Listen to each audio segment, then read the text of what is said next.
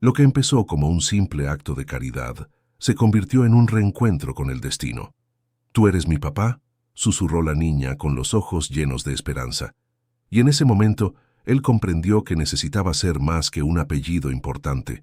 Necesitaba estar presente. Si esta historia te interesó, no te olvides de suscribirte a nuestro canal y dinos desde qué ciudad nos estás viendo. Continuamos. Ricardo Mendoza observaba el paisaje de la Ciudad de México a través de la ventana blindada de su camioneta importada. Los edificios inmensos, el tráfico caótico, la gente corriendo de un lado para otro. Todo aquello parecía tan distante, tan pequeño visto desde arriba. A sus 35 años, comandaba uno de los mayores imperios empresariales del país, heredado de un padre que rara vez había estado presente y que había dejado como legado solo números en cuentas bancarias y un apellido que abría todas las puertas. Ricardo aprendió desde temprano que los sentimientos eran lujos peligrosos y que demostrar debilidad era el camino más corto hacia la destrucción. Su mano se movió inconscientemente hacia el pecho, tocando por encima de la camisa de lino blanca el relicario de plata que nunca se quitaba del cuello. 5 años. 5 años desde que Elena se había ido, llevándose consigo la única parte de él que todavía sabía sentir. Cerró los ojos por un instante, permitiéndose el recuerdo de su sonrisa, de la forma en que su cabello castaño danzaba al viento cuando caminaban juntos por Paseo de la Reforma los domingos. Elena había sido diferente a todas las mujeres que circulaban en su mundo de apariencias. Era maestra, vivía en un departamento sencillo en la zona oriente, tomaba el metro todos los días y no se impresionaba con cenas en restaurantes caros o viajes internacionales. Lo que la había impresionado de él fue justamente aquello que nadie más veía, el hombre detrás de la fortuna, el ser humano escondido bajo capas de protección. Pero el mundo de ellos nunca aceptó esa unión. La familia Mendoza tenía planes diferentes para el heredero y Elena no encajaba en esos planes. Ricardo recordaba las discusiones acaloradas con su tío Marcelo, administrador de los negocios de la familia, un hombre de 60 años que veía los sentimientos como amenazas al patrimonio. Recordaba las presiones, las miradas de desaprobación en las cenas formales, los comentarios maliciosos que llegaban hasta Elena, y entonces ella simplemente desapareció. Un día estaba allí, riéndose de sus chistes malos, y al otro se había esfumado sin dejar rastro. Ricardo la buscó durante meses, contrató investigadores, revolvió la ciudad entera. Cuando finalmente la encontró, fue demasiado tarde. Una noticia en el periódico, una nota pequeña sobre un incidente que le había quitado la vida a una joven maestra. Ningún detalle, ninguna explicación, solo la certeza de que se había ido para siempre. Desde entonces, Ricardo se sumergió aún más en el trabajo. Juntas interminables, viajes constantes, adquisiciones de empresas, fusiones, acuerdos millonarios. Todo para evitar pensar, para evitar sentir. Su penthouse en Polanco era un museo de lujo vacío, donde solo pasaba para dormir algunas horas antes de volver a la oficina. Las paredes blancas impecables, los muebles de diseño importados, la vista panorámica de la ciudad iluminada. Todo perfecto, todo frío, todo sin vida. Había habitaciones que nunca usaba, una cocina gourmet donde nadie cocinaba, una sala de estar donde nadie reía. El silencio allí era absoluto, roto solo por el zumbido discreto del aire acondicionado y el eco de sus propios pasos en el mármol italiano. No tenía amigos, solo socios. No tenía familia, solo herederos esperando su turno. El tío Marcelo, sus primas interesadas, los primos lejanos que aparecían solo cuando necesitaban algo. No tenía vida, solo existencia. Una existencia marcada por hojas de cálculo, informes, conferencias en hoteles de 5 estrellas alrededor del mundo y reuniones donde todos estaban de acuerdo con todo lo que él decía, no por respeto, sino por interés. Ricardo lo sabía. Aprendió desde niño a distinguir la admiración genuina de la adulación calculada. Y con el tiempo aprendió también a que no le importara la diferencia. La idea de visitar el orfanato surgió de forma inesperada durante una junta con el equipo de responsabilidad social de la empresa. Alguien mencionó la importancia de los proyectos sociales para mejorar la imagen corporativa, fortalecer la marca en el mercado y demostrar compromiso con la comunidad, y Ricardo se escuchó a sí mismo decir que haría una visita personal. No sabía exactamente por qué había aceptado. Quizás era el cansancio de vivir en una burbuja, o tal vez una parte de él, muy pequeña y casi sofocada, todavía buscaba algún propósito más allá de los números en las hojas de cálculo. La camioneta se estacionó frente a un edificio antiguo en la colonia Coyoacán. La casa hogar La Esperanza no era el tipo de lugar que Ricardo frecuentaba. A la fachada le hacía falta pintura, el portón de hierro rechinaba al abrirse, y el pequeño jardín de la entrada estaba lleno de juguetes improvisados hechos con materiales reciclados. Se bajó del vehículo, ajustándose el saco gris oscuro, sintiéndose fuera de lugar en aquel escenario tan diferente de su universo de cristal y acero. Fernando, su asistente personal, un hombre de 40 años que lo acompañaba desde hacía una década, caminó a su lado. Era él quien organizaba la vida de Ricardo, quien filtraba las llamadas, quien mantenía a la gente a la distancia necesaria. Fernando conocía cada detalle de la rutina de su jefe, cada gesto, cada silencio cargado de significado. Dentro de la casa hogar, el contraste era aún mayor.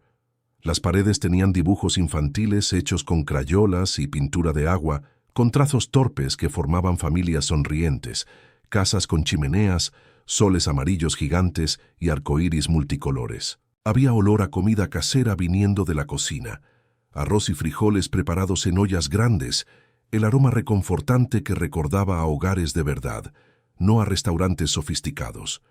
Voces de niños resonaban por los pasillos, una mezcla de gritos de alegría, risas contagiosas y conversaciones animadas sobre juguetes y juegos. Una mujer de aproximadamente 50 años, con el cabello canoso recogido en un chongo y una sonrisa genuina, vino a su encuentro.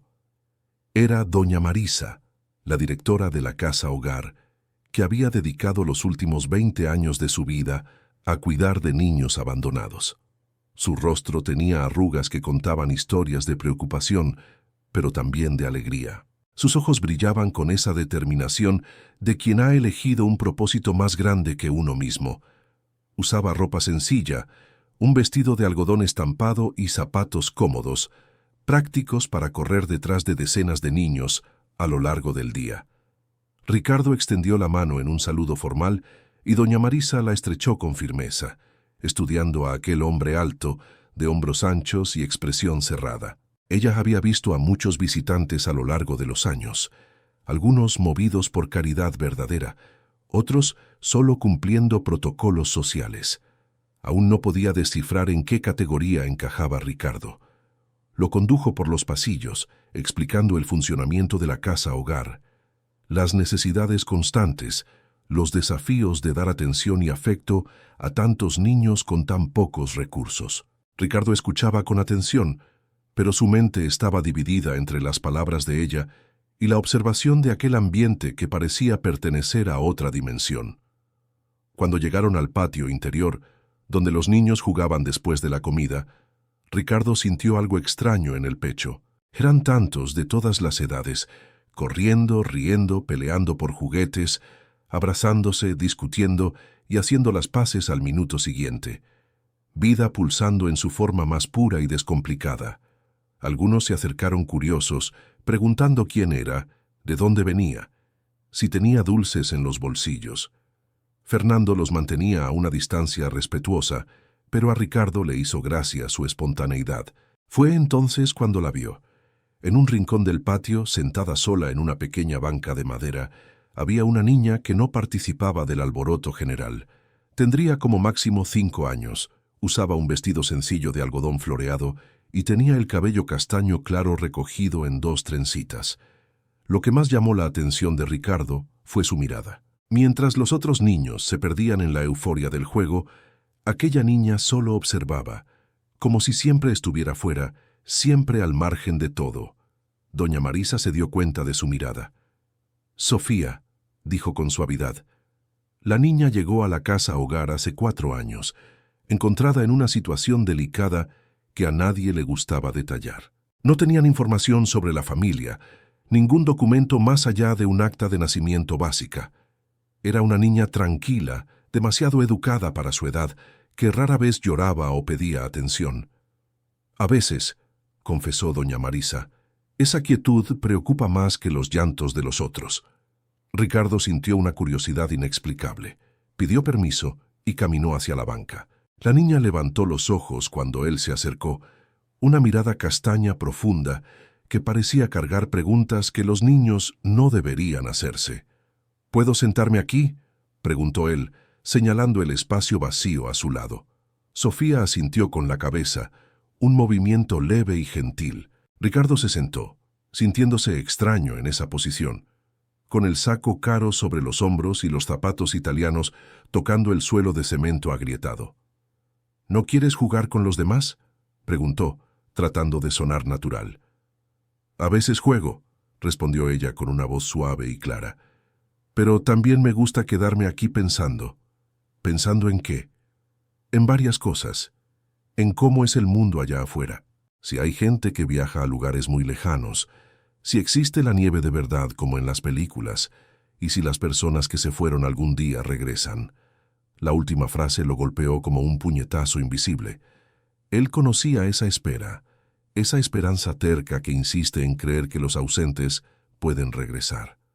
¿Y tú tienes a alguien que se fue?, preguntó con cuidado. Mi mamá, dijo Sofía simplemente. Doña Marisa dice que tuvo que irse a un lugar a donde yo no puedo ir todavía, pero que un día la voy a encontrar de nuevo. Ricardo tragó saliva. Quería decir algo reconfortante, pero las palabras le fallaban. En lugar de eso, dejó que el silencio llenara el espacio entre ellos. Era un silencio extraño, no incómodo, solo cargado de significados no dichos. ¿Tú eres importante?, preguntó Sofía de repente. Todos se pusieron diferentes cuando llegaste. Ricardo casi se rió de la sinceridad brutal de la pregunta. La gente dice que sí, respondió, pero no estoy seguro de lo que eso significa. Yo tampoco sé qué es ser importante, dijo ella. Pero creo que debe ser bueno porque así la gente no te olvida. Aquella afirmación simple alcanzó una parte de Ricardo que él mantenía encerrada desde hacía años. Miró a la niña de verdad por primera vez, viéndola realmente más allá de la apariencia. Vio en ella una soledad que reconocía, un tipo de abandono que dolía sin hacer ruido. Se quedaron conversando casi una hora. Sofía le hacía preguntas sobre su vida con una curiosidad genuina que hacía mucho tiempo nadie le demostraba. Quería saber si era verdad que existían aviones que volaban más alto que las nubes, si la gente en otros países hablaba idiomas diferentes, si él ya había visto el mar de cerca. Ricardo se encontró respondiendo con una honestidad inusual, describiendo detalles que normalmente consideraría banales. Habló sobre viajes, sobre trabajo, sobre cómo la ciudad vista desde lo alto de los edificios parecía un hormiguero donde cada persona seguía su camino sin percibir el todo. Habló sobre juntas en salas con mesas enormes, sobre decisiones que cambiaban el rumbo de empresas enteras, sobre la responsabilidad de cargar un apellido que pesaba como una armadura. Sofía escuchaba atenta, absorbiendo cada palabra, como si fueran tesoros raros guardados en cajas fuertes secretas. Sus ojos brillaban cuando él mencionaba lugares lejanos y hacía comentarios sorprendentemente perspicaces para alguien tan joven. Decía que debía ser solitario estar siempre tan alto, lejos de las demás personas. Decía que las decisiones importantes debían asustar, porque cuando nos equivocamos lastimamos a más gente. Ricardo se sorprendía con esa sabiduría precoz, con esa capacidad de comprender matices que los adultos rara vez captaban. En un momento dado, la mirada de Sofía se posó en el collar que Ricardo usaba. Señaló tímidamente. «¿Qué es eso?», preguntó. Ricardo llevó la mano instintivamente al relicario, ese objeto que era su prisión y su refugio al mismo tiempo. «Es un recuerdo», dijo, «de alguien muy especial». «¿Puedo ver?», pidió ella con una dulzura que desarma cualquier defensa. Ricardo dudó. Nadie había visto el contenido de ese relicario en los últimos 5 años. Era su secreto, su dolor particular. Pero algo en la inocencia de esa petición, algo en la forma en que Sofía lo miraba sin juzgar, lo hizo ceder. Con dedos temblorosos, abrió el pequeño medallón de plata. Dentro había una foto pequeña, ligeramente descolorida por el tiempo. Elena sonreía en la imagen, el cabello suelto al viento, los ojos brillando con esa luz que solo ella tenía. Ricardo sentía una opresión en el pecho cada vez que miraba esa foto, pero también sentía que era la única forma de mantenerla viva en algún lugar. Sofía se inclinó para ver mejor, y entonces algo extraordinario sucedió. Su carita palideció, sus ojos se abrieron de par en par y llevó su manita temblorosa a la boca. Un sonido ahogado se le escapó, algo entre sorpresa y reconocimiento. Ricardo frunció el ceño, confundido por la reacción. «Esa es mi mamá», dijo Sofía en un susurro que más parecía una revelación divina. Ricardo sintió que el mundo giraba. «¿Cómo que tu mamá?», preguntó tratando de mantener la voz calmada, mientras su corazón se aceleraba descontroladamente. «Es ella», insistió Sofía, con los ojos fijos en la foto. «Me acuerdo. Yo era muy chiquita, pero me acuerdo de su cara, de la forma en que me miraba. Es mi mamá». El suelo pareció desaparecer bajo los pies de Ricardo. Miró la foto, luego a la niña, luego a la foto nuevamente. Imposible. Era imposible. Y entonces hizo la pregunta que lo cambiaría todo, la pregunta que abriría una puerta que Ricardo no sabía que existía. «Si ella es tu recuerdo especial y ella es mi mamá», dijo con la lógica impecable de los niños, «¿entonces tú eres mi papá?». Ricardo no pudo responder. Las palabras se le quedaron atoradas en la garganta, el aire le faltó en los pulmones, y todo a su alrededor pareció entrar en cámara lenta. Fernando, que observaba de lejos, notó el cambio y se acercó rápidamente. Pero Ricardo le hizo un gesto para que se detuviera. Miró a Sofía, la miró de verdad, la forma de su rostro, la curva de su nariz, sus ojos profundos. Y por primera vez en 5 años, Ricardo Mendoza permitió que una posibilidad imposible entrara en su mente. ¿Y si Elena tenía un secreto? ¿Y si se había ido no por elección, sino por necesidad?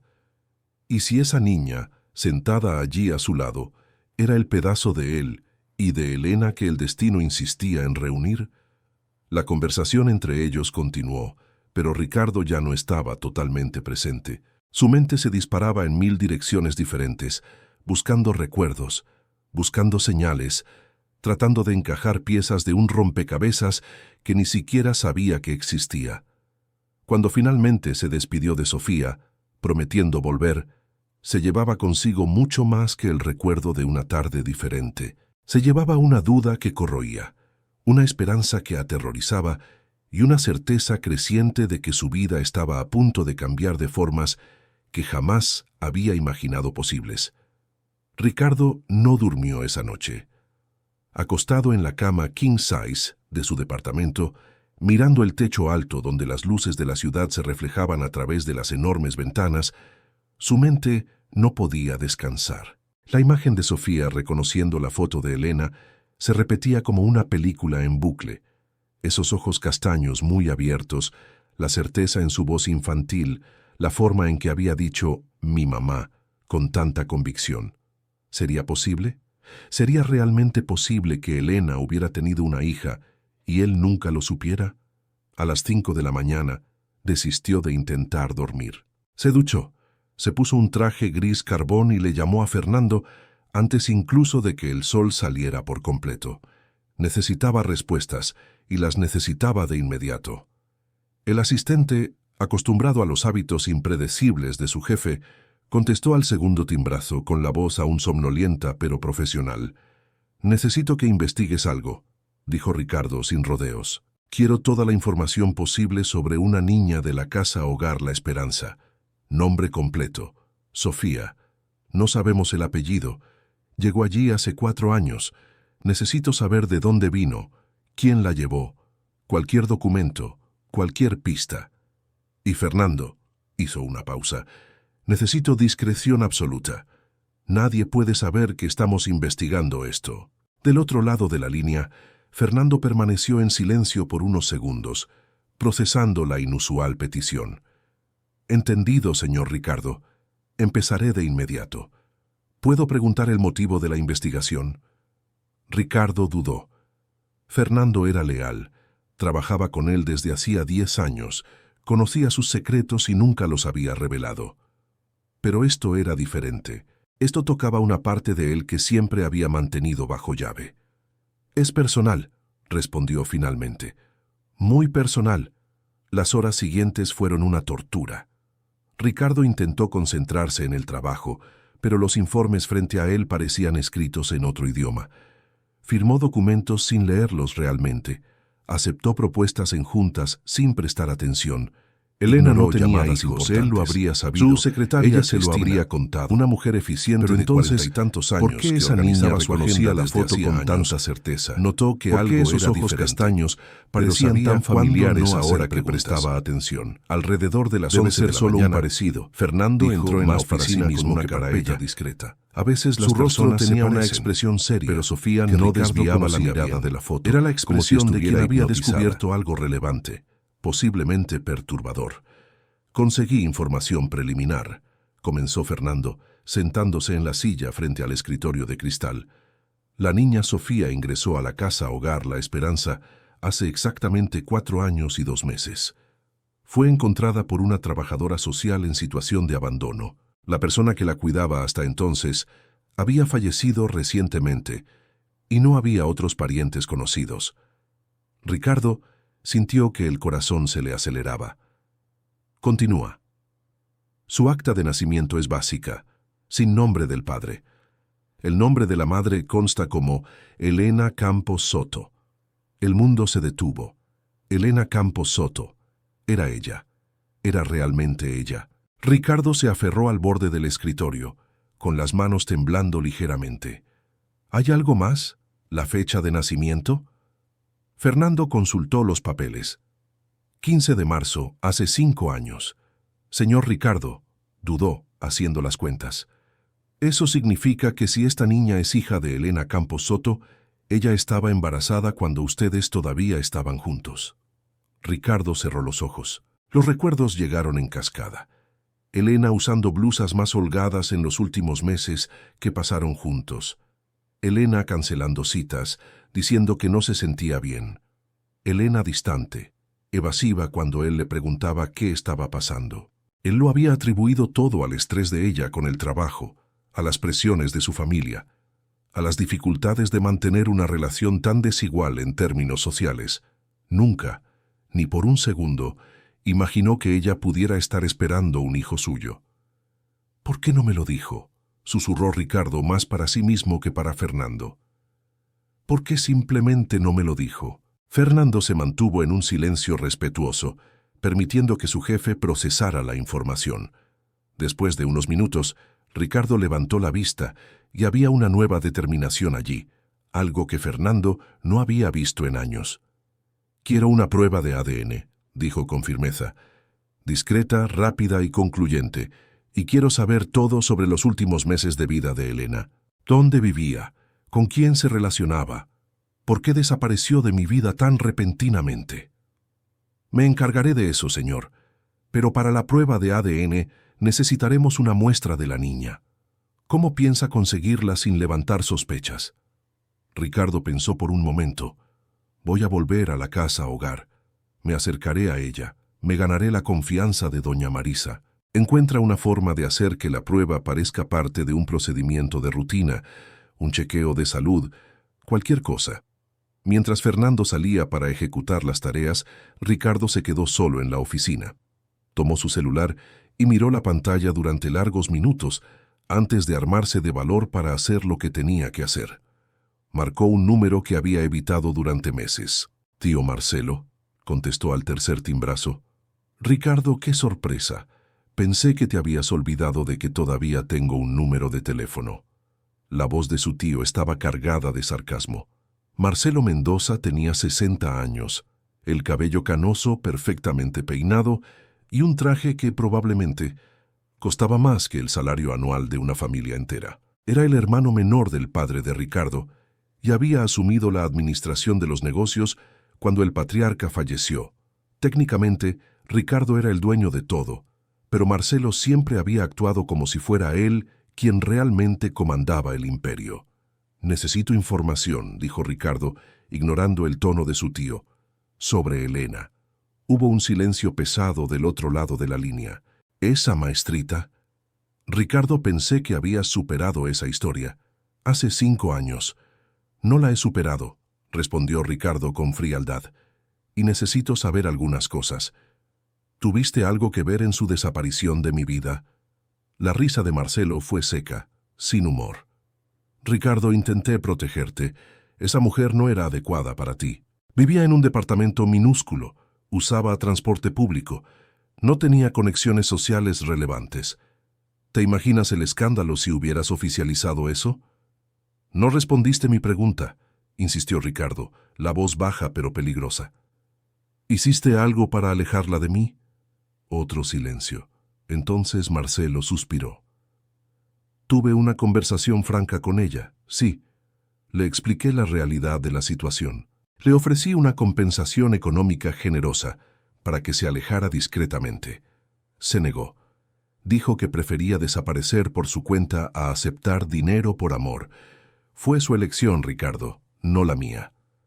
Ricardo sintió que la rabia subía como lava hirviendo.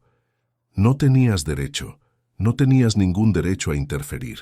Tenía el deber de proteger el patrimonio de la familia, replicó Marcelo endureciendo la voz. Y lo sigo teniendo. Lo que sea que estés planeando, espero que sea sensato. No podemos darnos el lujo de escándalos, especialmente ahora que estamos negociando la fusión con el grupo Garza. Ricardo colgó sin despedirse. La rabia le pulsaba en las sienes, pero junto con ella venía una nueva claridad. Marcelo había ahuyentado a Elena. Había usado su poder, su influencia, sus palabras envenenadas para destruir la única relación verdadera que Ricardo había tenido. Y ahora, 5 años después, Ricardo descubría que ese amor interrumpido había generado una vida, una niña que había crecido sin padre, sin saber de dónde venía. En los días siguientes, Ricardo volvió a la casa hogar La Esperanza. Esta vez sin Fernando, sin chofer, conduciendo su propio coche en un intento de parecer menos intimidante. Doña Marisa lo recibió con sorpresa, pero también con una aprobación silenciosa.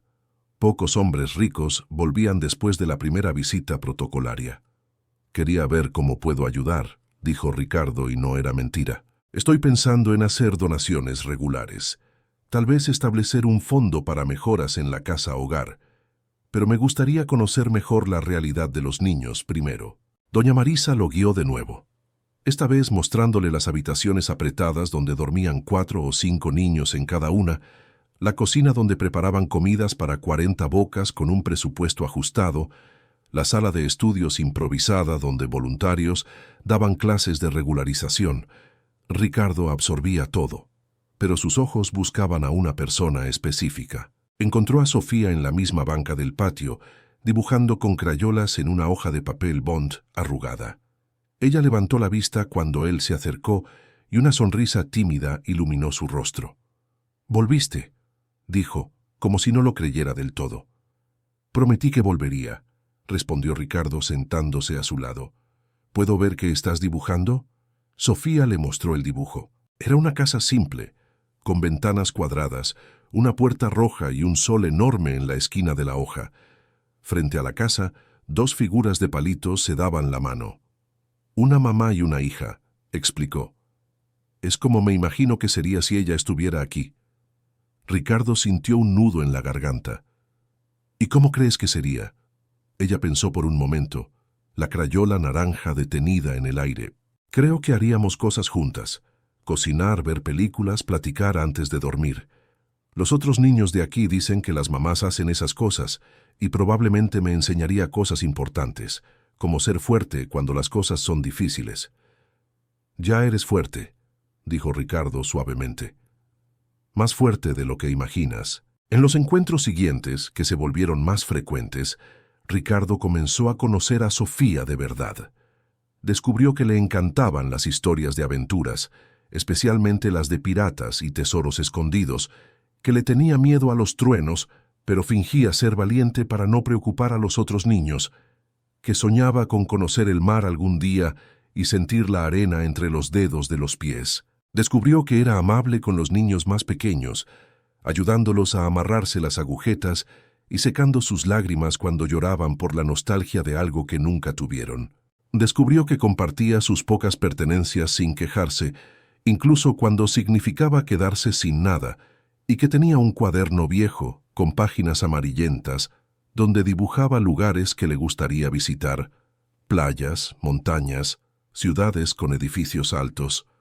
Durante una de esas visitas, Ricardo le llevó un libro de cuentos infantiles ilustrado, un volumen caro con pasta dura y páginas brillantes. Sofía sostuvo el libro como si fuera el mayor tesoro del mundo, pasando los dedos delicadamente por las ilustraciones coloridas, con miedo de dañar algo tan bonito.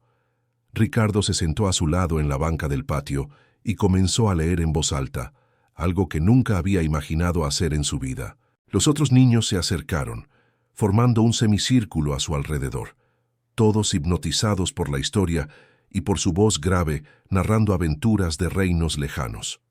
Cuando terminó la lectura, Sofía lo abrazó. Fue un abrazo simple, espontáneo, inocente. Pero para Ricardo fue como si todas las piezas rotas dentro de él comenzaran a encajar de nuevo. Se quedó paralizado por un segundo, sin saber cómo responder, hasta que sus brazos finalmente se movieron y le devolvió el abrazo, sintiendo la pequeñez de ese cuerpo frágil contra su pecho. Y en ese momento, Ricardo lo supo con absoluta certeza. Esta era su hija.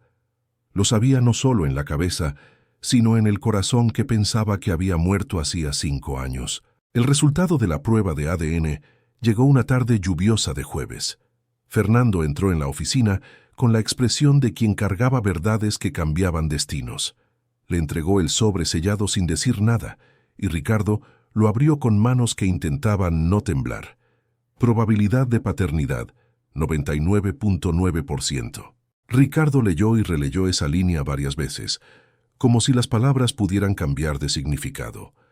Luego dejó caer el papel sobre el escritorio y se cubrió el rostro con las manos. Fernando permaneció allí, testigo silencioso de un momento que dividía la vida de Ricardo en un antes y un después. Cuando finalmente pudo hablar, la voz de Ricardo estaba ronca. «Es mi hija, Fernando. Sofía es mi hija. Elena estaba embarazada y yo no lo sabía.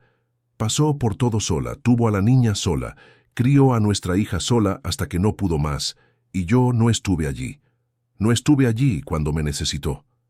El peso de la culpa era abrumador, pero junto con él venía algo nuevo, algo que Ricardo no sentía desde hacía mucho tiempo. Propósito. Tenía una hija, una niña hermosa, inteligente, resiliente, que llevaba la mitad de él y la mitad de Elena. Una segunda oportunidad de hacer algo bien, de ser alguien más allá de un empresario frío. Pero la alegría del descubrimiento duró poco. Esa misma noche, Ricardo recibió una llamada de Marcelo. Su tío tenía un tono diferente en la voz, algo entre preocupación y amenaza. «Supe que estás haciendo visitas frecuentes a un orfanato», dijo Marcelo sin preámbulos. «Espero que no estés pensando en hacer ninguna locura». «¿Cómo te enteraste?», preguntó Ricardo fríamente. «Tengo mis contactos, Ricardo, y tengo el deber de proteger los intereses de la familia. Si estás pensando en traer a alguna niña a nuestro círculo, necesito advertirte sobre las consecuencias. Cuestiones de herencia, de legitimidad, de imagen pública. Sería un caos». Ricardo sintió que la antigua rabia resurgía, pero ahora venía acompañada de una nueva fuerza. «No voy a dejar que interfieras de nuevo, tío. Destruiste mi oportunidad de ser feliz una vez. No la vas a destruir de nuevo». «Yo no soy el que destruye, Ricardo», replicó Marcelo. «Soy el que protege, y si no eres sensato, tendré que tomar medidas para garantizar que esta situación no se salga de control». La amenaza velada flotó en el aire como una nube oscura. Ricardo colgó el teléfono y se quedó mirando las luces de la ciudad a través de la ventana. Tenía una hija que merecía conocer la verdad, que merecía tener un padre, que merecía todo lo que él no había tenido al crecer. Pero para darle eso, tendría que enfrentarse a su propia familia, desafiar estructuras de poder establecidas durante décadas, arriesgar el imperio que había tardado años en construir. ¿Y tú? ¿Qué harías en el lugar de Ricardo? ¿Enfrentarías a toda la familia y arriesgarías todo por una hija que acabas de descubrir? ¿O intentarías resolver la situación de forma más cautelosa, aún sabiendo que eso podría significar más tiempo lejos de Sofía? Cuéntanos en los comentarios. Esa misma noche, Ricardo tuvo un sueño. ¿O sería un recuerdo? Veía a Elena embarazada, sentada en la banca de un parque, con las manos protegiendo su vientre ligeramente abultado. Lloraba en silencio, mirando su celular como si esperara una llamada que nunca llegaría. En el sueño, Ricardo intentaba acercarse, intentaba decirle que estaba allí, que nunca la abandonaría, pero una pared invisible los separaba. Ella no podía verlo, no podía oírlo. Y entonces la imagen se desvanecía, transformándose en Sofía, sola en la casa hogar, preguntándole a doña Marisa si algún día alguien vendría a buscarla. Se despertó sudando, con el corazón acelerado, con la certeza absoluta de que no podía perder más tiempo. Elena ya había pagado el precio de la interferencia de Marcelo. Sofía ya había pasado años sin saber quién era su padre.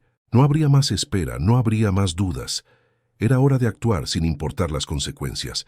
Y por primera vez en mucho tiempo, Ricardo descubrió que estaba dispuesto a arriesgarlo todo.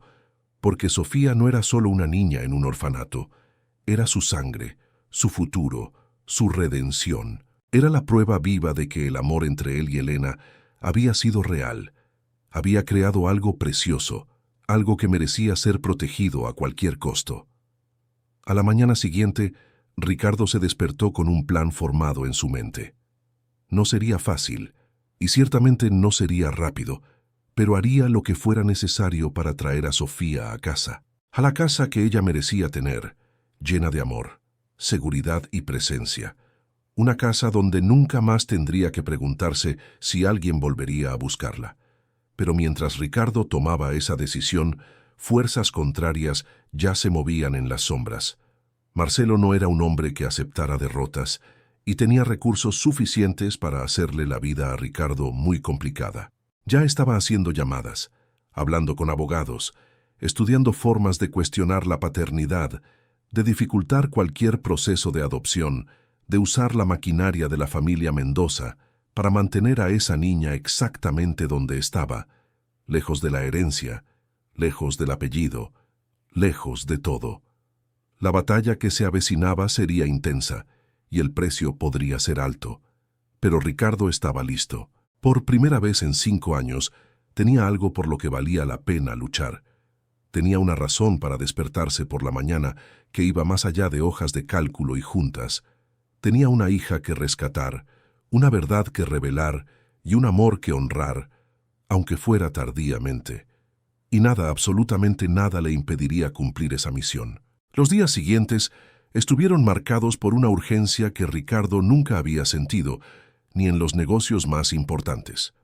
Se despertaba antes del amanecer, revisaba documentos jurídicos sobre procesos de adopción, estudiaba cada detalle de la legislación mexicana, consultaba a los mejores abogados de familia del país. Pero por más que se preparara en el campo legal, sabía que la batalla real se libraría en otro territorio, el emocional. Fernando trajo novedades sobre la investigación del pasado de Elena. Había encontrado a una antigua vecina de ella, doña Lucía, una señora de 70 años que vivía en el mismo edificio sencillo de la zona oriente donde Elena había vivido. La mujer había aceptado conversar, y Ricardo fue hasta allí un martes por la tarde, sin avisarle a su familia, sin llevar guardaespaldas, solo él y Fernando en el coche. La colonia era completamente diferente al mundo de Ricardo. Calles estrechas, casas pegadas unas a otras, niños jugando fútbol en la calle, el olor a comida casera saliendo por las ventanas abiertas, vecinos platicando en las banquetas. Allí, nadie sabía quién era él, nadie se inclinaba ante su apellido. Era extrañamente liberador.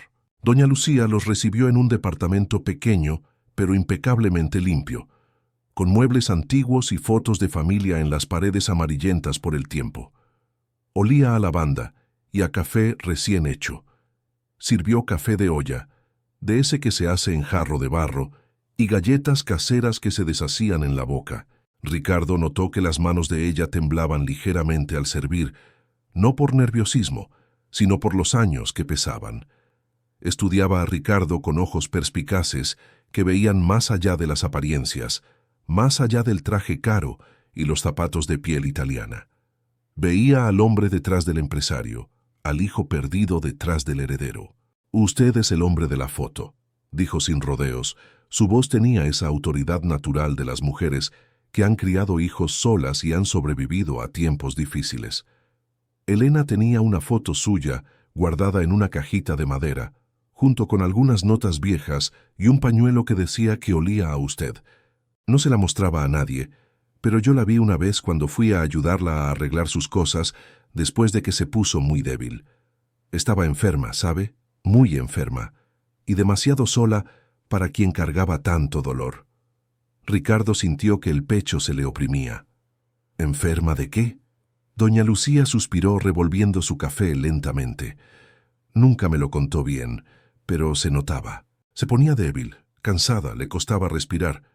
Yo le ofrecía ayuda, pero era demasiado orgullosa para aceptarla. Decía que encontraría la manera sola, que siempre lo había hecho. Cuando descubrí que estaba embarazada me asusté mucho. ¿Cómo iba a cuidar a un bebé en ese estado? Ricardo apenas podía respirar. ¿Y qué pasó? Tuvo a la niña, a Sofía, pero empeoró mucho después del parto. Yo la ayudaba cuando podía. Le llevaba comida, me quedaba con la bebé unas horas para que Elena descansara. Pero no era suficiente. Necesitaba tratamiento, medicinas caras, cuidados que no podía pagar. Doña Lucía se limpió una lágrima que se le escapaba. Un día me pidió un favor. Me dijo que si algo le pasaba yo debía llevar a la niña a un lugar seguro donde pudieran cuidarla. Le hice la promesa, pero recé para nunca tener que cumplirla. Pero tuvo que hacerlo, completó Ricardo con la voz ronca. Sí, Elena empeoró muy rápido. Cuando me di cuenta de la gravedad de la situación, ya era demasiado tarde para hacer algo. Ella se fue y yo me quedé con una bebita de pocos meses en los brazos. No tenía cómo criar a la niña. Mi pensión apenas me alcanza para mí. Así que busqué a los servicios sociales. Fue lo más difícil que he hecho en mi vida, entregar a esa niña sabiendo que su mamá había muerto sola, sin la persona que amaba a su lado. Ricardo se cubrió el rostro con las manos. ¿Por qué no me buscó? ¿Por qué no me contó del embarazo, de la enfermedad? Doña Lucía lo miró con una mezcla de lástima y reproche. Dijo que lo había intentado. Dijo que le llamó varias veces, le mandó mensajes, hasta fue a su oficina una vez. Pero nunca pudo hablar con usted. Siempre había alguien bloqueándola, diciendo que estaba ocupado, que no quería ser molestado. Ella entendió el mensaje. Pensó que usted ya había seguido adelante, que ya no quería nada con ella. La culpa golpeó a Ricardo como un puñetazo en el estómago. Marcelo. Había sido Marcelo filtrando las llamadas, bloqueando los contactos, construyendo un muro entre ellos. Y Elena, orgullosa y enferma, había interpretado el silencio como rechazo. Había muerto pensando que a él no le importaba, que la había abandonado. Lo amaba mucho, ¿sabe? Continuó doña Lucía suavemente. Hablaba de usted hasta el final. Decía que usted era un buen hombre atrapado en un mundo malo, que esperaba que algún día encontrara la felicidad que merecía, y se aseguraba de decir que la niña tenía sus ojos, su forma seria de mirar las cosas. Ricardo no pudo contener las lágrimas. Eran 5 años de dolor reprimido, de culpa acumulada, de oportunidades perdidas. Fernando, discretamente, miró hacia otro lado, dándole privacidad en ese momento de vulnerabilidad. Cuando finalmente logró recomponerse, Ricardo tomó la mano arrugada de doña Lucía. Gracias por cuidarla, por cuidarlas a las dos. Yo no estuve allí cuando debía, pero voy a arreglarlo ahora. Voy a traer a mi hija a casa. Voy a darle todo lo que Elena quería que tuviera. Doña Lucía le apretó la mano de vuelta. Se lo merece esa niña. Merece tener un padre de verdad, no solo un nombre en un papel. Espero que esté preparado para eso, porque ser padre es mucho más que dar comodidad material. Es estar presente todos los días, en los momentos buenos y en los malos.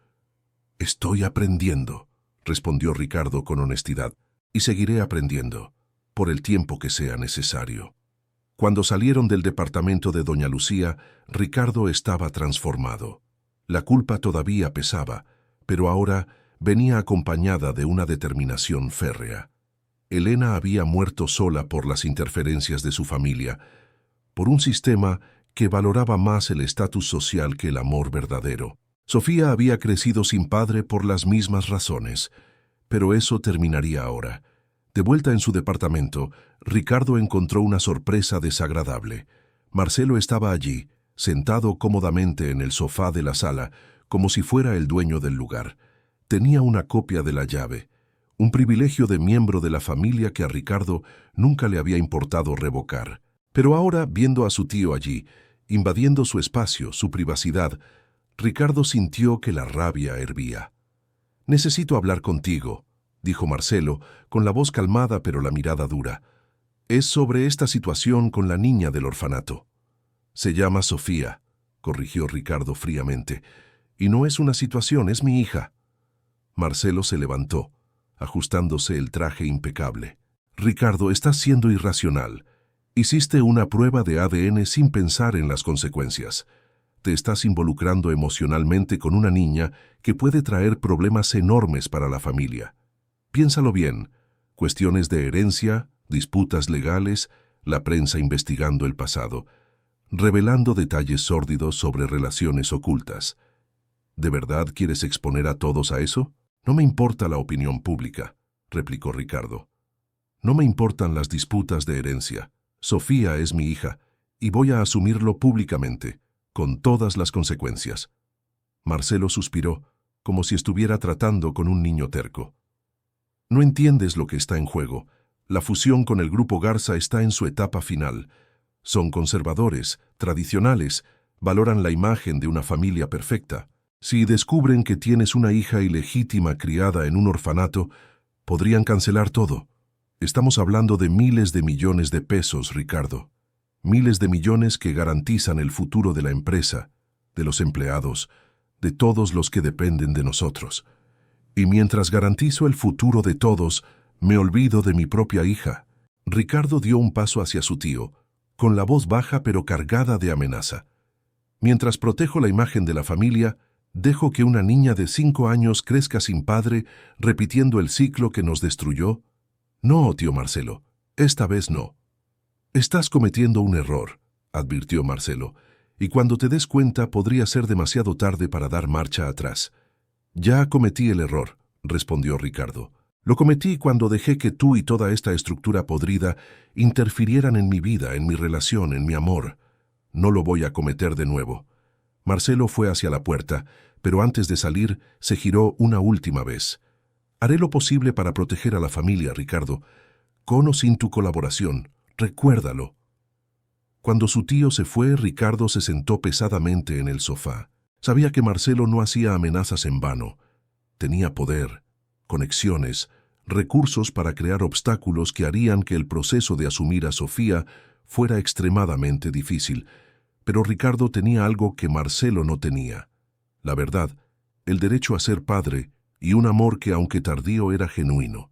Al día siguiente, Ricardo volvió a la casa hogar La Esperanza.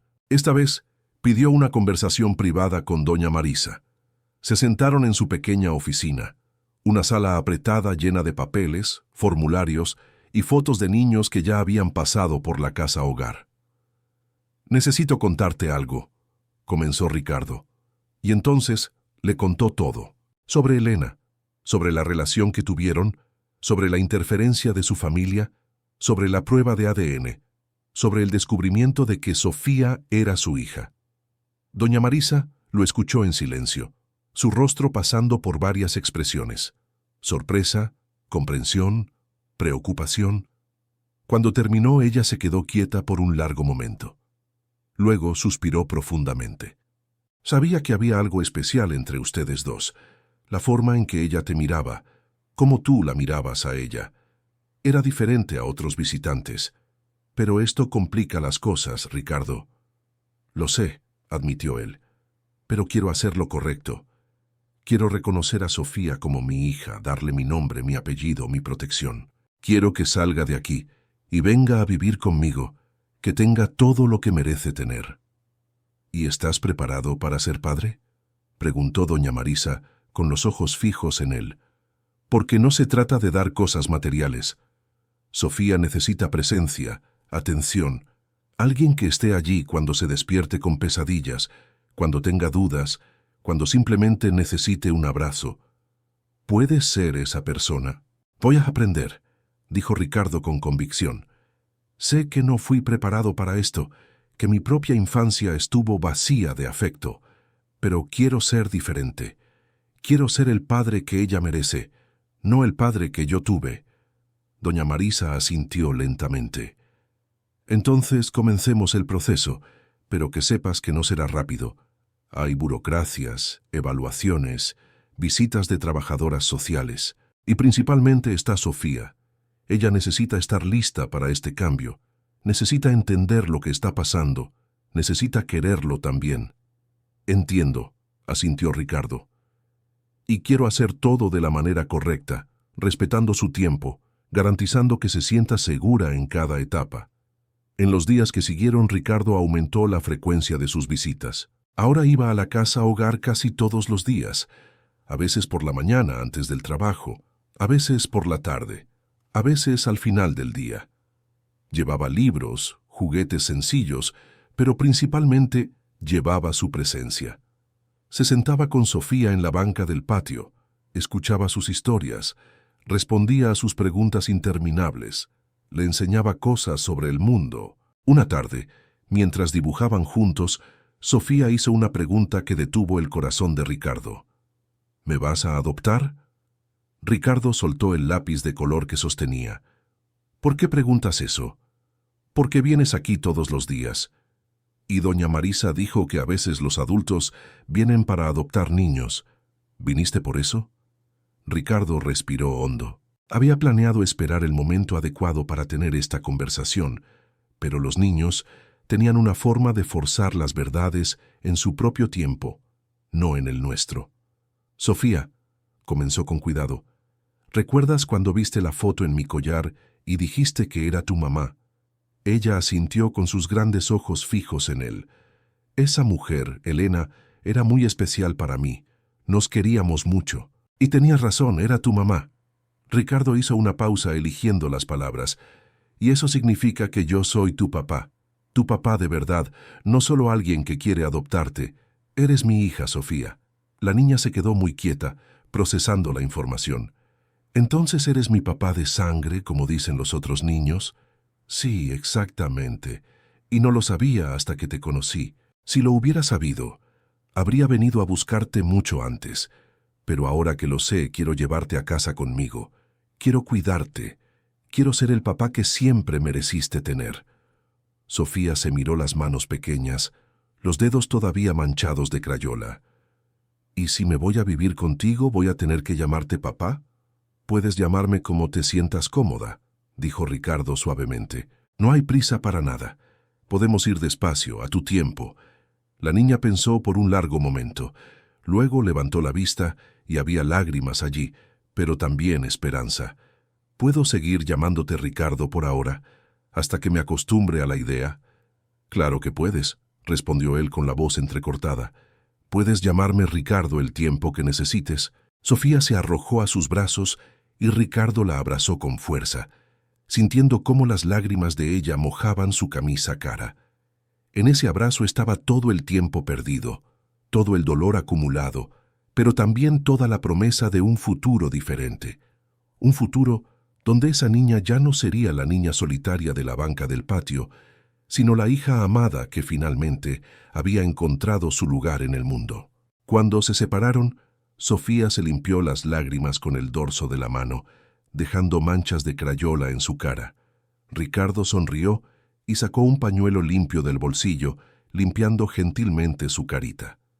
Era un gesto simple, paternal, natural. El tipo de gesto que nunca había imaginado ser capaz de hacer con tanta ternura. «Ricardo», dijo ella probando el nombre en su lengua como si fuera nuevo, «¿me vas a llevar de aquí?» «Sí», prometió él. Pero va a tomar un tiempecito. Hay papeles que firmar, gente con la que hablar, cosas que preparar. Pero te prometo que vas a salir de aquí y vendrás a vivir conmigo. Vamos a ser una familia de verdad. ¿Y voy a tener un cuarto solo para mí? ¿Con cama y todo? La pregunta tan simple, tan básica, le partió el corazón a Ricardo. Vas a tener un cuarto enorme, dijo con la voz quebrada, con la cama que tú elijas, juguetes, libros, todo lo que quieras. Y vas a tener algo mucho más importante. Vas a tener un papá que estará allí todos los días, que te llevará a la escuela, que escuchará tus historias, que nunca más te dejará sentirte sola. Esa noche, al volver a su departamento vacío, Ricardo no sintió el silencio opresivo de siempre, porque ahora ese silencio tenía fecha de caducidad. Pronto, esos pasillos resonarían con pasos pequeños, con risas de niña, con preguntas sin fin. El lujoso penthouse finalmente se transformaría en un hogar de verdad. Y él, el empresario frío que había construido muros alrededor de su corazón, finalmente se permitiría sentir. Sentir el amor que Elena había plantado en él años atrás. Sentir la responsabilidad de ser padre, sentir la alegría aterradora de tener a alguien que dependiera completamente de él, no por dinero, sino por afecto. Ricardo abrió el relicario por primera vez en mucho tiempo, sin sentir solo dolor. Miró el rostro de Elena en la foto y susurró en el silencio del departamento. La encontré, mi amor. Encontré a nuestra hija, y la voy a cuidar como tú la habrías cuidado. La amaré por los dos. Te prometo que esta vez no voy a fallar. Y esa noche, por primera vez en 5 años, Ricardo durmió en paz, arrullado por la certeza de que finalmente había encontrado su propósito. No era construir imperios ni acumular fortunas. Era ser el padre que Sofía merecía, honrar la memoria de Elena y demostrar que el amor, incluso cuando se interrumpe, puede renacer en formas que nunca imaginamos posibles. Las semanas siguientes fueron una montaña rusa de emociones y obstáculos.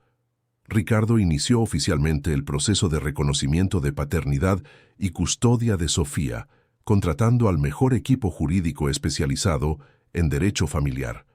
Pero, como había previsto, Marcelo no se quedó de brazos cruzados. El tío movilizó a sus propios abogados, cuestionando la validez de la prueba de ADN, levantando dudas sobre la capacidad de Ricardo para ser padre, argumentando que un hombre soltero, adicto al trabajo y sin experiencia con niños, no ofrecía un ambiente adecuado. La batalla se intensificó cuando Marcelo fue más allá de las maniobras legales. Usó sus contactos en la prensa para plantar notas que sugerían que Ricardo estaba teniendo un colapso emocional, que su decisión era fruto de una crisis de la mediana edad, que estaba poniendo en riesgo el imperio familiar por un capricho. Los titulares eran crueles. Heredero multimillonario quiere adoptar a niña de orfanato en supuesta paternidad. Ejecutivo en crisis busca redención a través de adopción cuestionable. Ricardo leía las notas con una mezcla de rabia y disgusto, pero lo que más le preocupaba no era su propia imagen, era el efecto que aquello podría tener en Sofía. Ella todavía estaba en la casa hogar, protegida de la tormenta mediática, pero ¿por cuánto tiempo? Una mañana, Fernando entró en la oficina con una expresión sombría. «Señor Ricardo, tenemos que hablar. Marcelo está intentando usar la fusión con el grupo Garza como palanca. Les está diciendo a los accionistas minoritarios que su decisión de asumir una hija ilegítima está afectando las negociaciones, que los Garza podrían desistir del acuerdo. ¿Y lo están haciendo?», preguntó Ricardo, con la voz calmada a pesar de la tensión. Fernando dudó. «Hay rumores. El patriarca de la familia Garza es conocido por sus valores conservadores. Pero tengo contactos allí dentro y la verdad es que la fusión está más avanzada de lo que Marcelo admite. Cancelar ahora les costaría caro a ambos lados». Ricardo asintió lentamente. «Entonces Marcelo está blufeando, usando el miedo para controlarme». Esencialmente, sí. Fue en ese momento que Ricardo tomó una decisión crucial. Ya no iba a jugar el juego de Marcelo, ya no iba a esconderse ni a actuar en las sombras. Era hora de asumir la verdad públicamente, con todas las consecuencias. Convocó una conferencia de prensa, algo que rara vez hacía, y mandó avisar a toda la familia Mendoza que esperaba la presencia de todos. El día de la conferencia llegó una mañana soleada de viernes. El salón de eventos del hotel más lujoso de la Ciudad de México estaba abarrotado de periodistas, fotógrafos, cámaras de televisión. La familia Mendoza ocupaba la primera fila. Marcelo con expresión cerrada, las primas con sus maridos curiosos, primos lejanos que rara vez aparecían, todos queriendo saber qué tenía que decir el heredero que justificara tanto alboroto. Ricardo subió al escenario con un traje gris impecable, pero sin corbata. Fue una elección deliberada, una señal de que estaba allí no como el CEO de la empresa, sino como un hombre a punto de revelar su verdad. Respiró hondo y comenzó. Buenos días a todos. Convoqué esta conferencia porque hay una historia que necesita ser contada, y necesita ser contada por mí, con mis propias palabras, sin distorsiones ni especulaciones. Hizo una pausa, mirando directamente a las cámaras. Hace 5 años, perdí a la mujer que amaba. Elena Campos Soto era maestra. Vivía en la zona oriente de la Ciudad de México, y era la persona más auténtica que he conocido. Nuestra relación fue secreta porque mi familia no la aprobaba. Ella no venía del mismo mundo que yo, no tenía las conexiones correctas, el apellido adecuado. Ricardo vio a Marcelo moverse incómodamente en su silla, pero continuó implacable. Lo que yo no sabía, lo que nadie me contó, es que Elena estaba embarazada cuando desapareció de mi vida. Intentó contactarme, pero fue impedida por personas que creían saber lo que era mejor para mí. Su voz se endureció. Personas que valoraban más el dinero que el amor, más la imagen que la verdad. Elena crió a nuestra hija sola, mientras luchaba contra una enfermedad que finalmente le quitó la vida. Cuando se fue, nuestra hija tenía solo unos meses. Fue llevada a la casa hogar La Esperanza, donde creció sin saber quién era su padre, sin saber que tenía una familia, sin saber que era amada incluso antes de nacer. La sala estaba en completo silencio. Ricardo podía oír el clic de las cámaras, el zumbido de las filmadoras, pero ninguna voz. Hace unas semanas el destino me llevó a esa casa hogar, y allí, en una coincidencia que algunos llamarían milagro, encontré a mi hija. Sofía tiene 5 años, ojos castaños que son iguales a los de su madre, y un corazón puro que merecía mucho más de lo que la vida le ha dado hasta ahora. Hice una prueba de ADN. Es mi hija. Esto no es especulación, no es crisis emocional, no es un capricho. Es un hecho, es la verdad, es justicia tardía. Ricardo miró directamente a Marcelo. Y voy a reconocerla legalmente, darle mi nombre, mi apellido, mi protección y mi amor. Voy a traerla a casa, donde siempre debió haber estado. Un periodista levantó la mano. Señor Mendoza, hay quienes dicen que esta decisión podría afectar sus negocios, especialmente la fusión con el Grupo Garza. Ricardo sonrió, pero fue una sonrisa sin humor. Si el Grupo Garza, o cualquier otro socio de negocios, valora más las apariencias que el carácter, entonces no son los socios que quiero. Mi hija no es un problema que deba esconderse. Es una bendición que debe celebrarse. Y cualquier persona o empresa que no pueda entender eso no merece ser parte de mi mundo. ¿Y su familia, señor Mendoza?, preguntó otra periodista. ¿Apoyan su decisión? Ricardo miró a la primera fila. Mi familia tendrá que decidir qué valoran más, la sangre que nos une o el dinero que nos divide. Pero independientemente de su elección, la mía ya está hecha. Sofía es mi prioridad ahora. Todo lo demás viene después. Después de la conferencia, mientras los periodistas aún procesaban las declaraciones explosivas, Marcelo lo interceptó tras bambalinas. «Acabas de destruir años de trabajo», dijo con la voz temblando de rabia contenida. «La fusión podría no ocurrir. Los accionistas cuestionarán tu capacidad de liderazgo. La prensa se dará un festín con nuestra familia». «Que así sea», respondió Ricardo calmadamente. «Pasé 5 años construyendo un imperio vacío, tío. 5 años acumulando dinero que no me hacía feliz, poder que no me completaba, éxito que no significaba nada. Hoy, por primera vez desde que Elena se fue, siento que estoy haciendo algo que realmente importa. Eres un tonto romántico, escupió Marcelo las palabras, igual que tu padre. Ricardo sonrió y esta vez la sonrisa fue genuina. Si mi padre amó a alguien con la intensidad con la que estoy aprendiendo a amar a mi hija, entonces fue un hombre más sabio de lo que jamás le di crédito. En los días siguientes, la repercusión fue enorme. La historia de Ricardo y Sofía dominó los noticieros dividiendo opiniones. Algunos lo llamaban irresponsable, otros valiente. Pero lo que le importaba a Ricardo fue una llamada que recibió 3 días después de la conferencia. Era el propio Eduardo Garza, el patriarca de la familia con la que negociaban la fusión. Su voz era grave, pausada. Señor Mendoza, vi su entrevista. Debo admitir que me sorprendió su sinceridad. La mayoría de los hombres en su lugar lo habrían escondido, negado, manipulado la narrativa. No soy la mayoría de los hombres, respondió Ricardo simplemente. Me doy cuenta, dijo Garza, y ¿sabe qué más me di cuenta? Que un hombre capaz de asumir públicamente a su hija, de enfrentar a su propia familia por una cuestión de principios, es exactamente el tipo de hombre con el que quiero hacer negocios. La fusión continúa, señor Mendoza. Con mi total apoyo. Ricardo sintió que un peso se le quitaba de los hombros. No es que la fusión importara tanto como Sofía, pero significaba que no tendría que sacrificar una por la otra.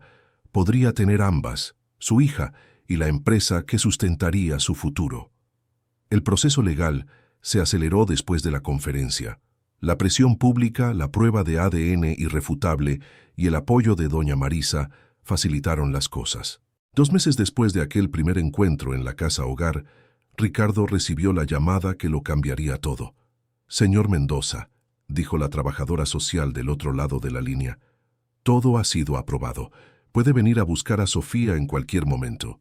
Ricardo colgó el teléfono y se quedó parado en medio de la oficina, con las manos temblando, el corazón acelerado. Era real. Finalmente era real. Iba a traer a su hija a casa. Pasó los días siguientes transformando el departamento. Contrató a una decoradora especializada en cuartos infantiles, pero se aseguró de participar en cada decisión. El cuarto de Sofía estaría en la habitación con la mejor vista de la ciudad, con ventanas enormes que dejaban entrar la luz del sol. Las paredes fueron pintadas en un tono suave de azul cielo, con nubes blancas dibujadas en el techo. Una cama con dosel de tul blanco, estantes llenos de libros, un escritorio para dibujar, juguetes cuidadosamente elegidos. Pero el toque más especial fue un gran marco en la pared, donde Ricardo colocó una foto de Elena sonriendo, para que Sofía nunca olvidara a la mujer que le dio la vida. El día de ir a buscar a Sofía, Ricardo se despertó más temprano que nunca. Se vistió con ropa casual, pantalones de mezclilla y camisa de botones, nada de los trajes formales de siempre.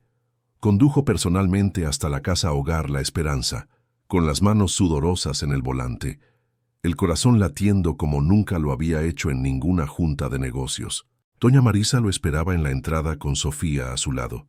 La niña llevaba un vestido nuevo, sencillo pero bonito, y sostenía con fuerza una pequeña mochila con sus pertenencias. Cuando vio a Ricardo, su rostro se iluminó. «Ricardo», dijo, y luego se corrigió tímidamente.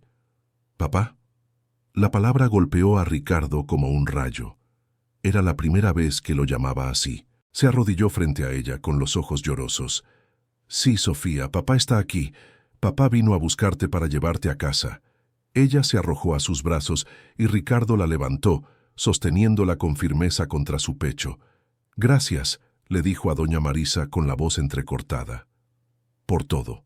Por cuidarla, por creer en mí, por no rendirte con ella». Doña Marisa tenía lágrimas en los ojos. «Cuídala bien, Ricardo. Es especial. La cuidaré», prometió. «Todos los días de mi vida». En el camino a casa, Sofía se quedó callada, mirando por la ventana del coche la ciudad que desfilaba afuera. Ricardo percibía la tensión en su cuerpecito, el miedo a lo desconocido mezclado con la esperanza de lo nuevo. «¿Tienes miedo?», le preguntó suavemente. «Un poquito», admitió. «¿Y si no sé ser tu hija bien? ¿Y si hago algo mal?» Ricardo estacionó el coche por un momento, girándose para mirarla a los ojos. «Sofía, No hay una forma correcta o incorrecta de ser hija. Solo tienes que ser tú misma. Y yo también estoy aprendiendo a ser papá. Vamos a aprender juntos, ¿de acuerdo?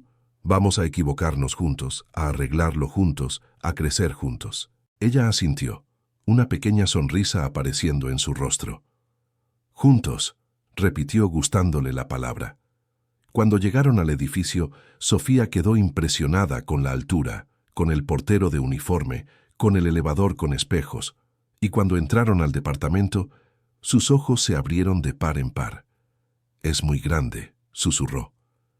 «Uno se puede perder aquí adentro». Ricardo se rió. «Entonces hagamos un recorrido. Déjame mostrarte tu casa». Recorrieron las habitaciones, Ricardo explicando cada espacio, la enorme sala de estar con vista a la ciudad, la cocina gourmet donde aprenderían a cocinar juntos, la oficina que ahora tendría horarios limitados, porque papá necesitaba tiempo para la familia. Y entonces abrió la puerta de su cuarto. Sofía entró despacio, como si estuviera pisando tierra sagrada. Tocó la cama con reverencia, pasó los dedos por los libros en los estantes, miró los juguetes aún en sus cajas, y entonces vio la foto de Elena en la pared. Se detuvo, con los ojos fijos en la imagen. «Es mamá», dijo en voz baja. «Pusiste a mamá aquí». «Claro que la puse». Ricardo se arrodilló a su lado. «Ella es parte de nuestra historia, Sofía. Te amó incluso antes de que nacieras, y ese amor sigue vivo en ti, en mí, en esta casa. Ella siempre estará con nosotros». Sofía abrazó a Ricardo con fuerza. «Gracias, papá. Gracias por encontrarme.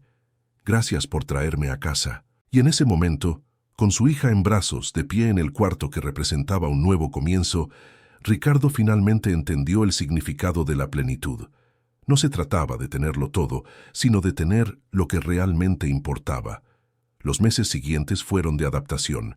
Ricardo aprendió a hacer trenzas, a leer cuentos antes de dormir, a revisar debajo de la cama para asegurarse de que no hubiera monstruos. Aprendió que a veces Sofía se despertaba a mitad de la noche con nostalgia de algo que no podía nombrar, y que en esos momentos solo necesitaba estar allí, sosteniendo su mano hasta que volviera a dormirse. Aprendió que ser padre se trataba de los pequeños momentos: el desayuno juntos, la tarea en la mesa de la cocina, las risas tontas viendo caricaturas el domingo. La transformación de Ricardo era visible para todos los que lo conocían. El empresario frío dio paso a un hombre que salía más temprano del trabajo para no perderse la cena con su hija, que rechazaba viajes largos, que tenía fotos de Sofía en el escritorio de su oficina. Fernando comentó una vez que nunca había visto a su jefe tan ligero, tan presente, tan humano. Marcelo eventualmente aceptó la situación, no con alegría, sino con resignación. La fusión se concretó según lo planeado, y la empresa prosperó. Pero la relación entre tío y sobrino nunca volvió a ser la misma. Ricardo mantenía el mínimo contacto profesional necesario, pero dejó claro que Marcelo nunca sería parte de la vida de Sofía. Un año después de aquel primer encuentro en la casa hogar, Ricardo organizó una pequeña fiesta en el departamento. Era el cumpleaños número 6 de Sofía. Doña Lucía estaba allí, emocionada al ver cómo había crecido la niña. Doña Marisa también, orgullosa de ver su trabajo concretado en un hogar lleno de amor. Fernando y Cristina, ahora parte extendida de la familia, y Sofía en el centro de todo, usando una diadema de cumpleaños que ella misma había elegido, sonriendo de oreja a oreja. Cuando llegó la hora de partir el pastel, Ricardo pidió silencio. «Quiero hacer un brindis», dijo, levantando un vaso de jugo de uva, ya que no había alcohol en una fiesta infantil. «Hace un año, yo era un hombre perdido. Tenía todo en términos materiales, pero nada en términos de lo que realmente importa. Y entonces te encontré a ti, Sofía, mi hija, mi luz, mi segunda oportunidad». La miró con los ojos brillantes. «Me enseñaste que la familia no se trata de sangre o apellidos, aunque tengamos ambos. Se trata de estar presente, de amar incondicionalmente, de elegir todos los días ser mejor que ayer. Así que gracias, mi niña. Gracias por encontrarme, por aceptarme, por enseñarme a ser papá. eres el regalo más grande que la vida podría darme. Sofía corrió a abrazarlo, casi tirando el pastel en el proceso. Todos se rieron y Ricardo la tomó en brazos, girando con ella por la sala mientras ella soltaba carcajadas. Era el sonido más hermoso que jamás había escuchado. Esa noche, después de que todos se fueron y Sofía estaba durmiendo en su cama, Ricardo fue a su cuarto. Se quedó parado en la puerta, observando a su hija dormir pacíficamente, abrazada a un osito de peluche. Luego fue hasta la foto de Elena en la pared y tocó el cristal suavemente.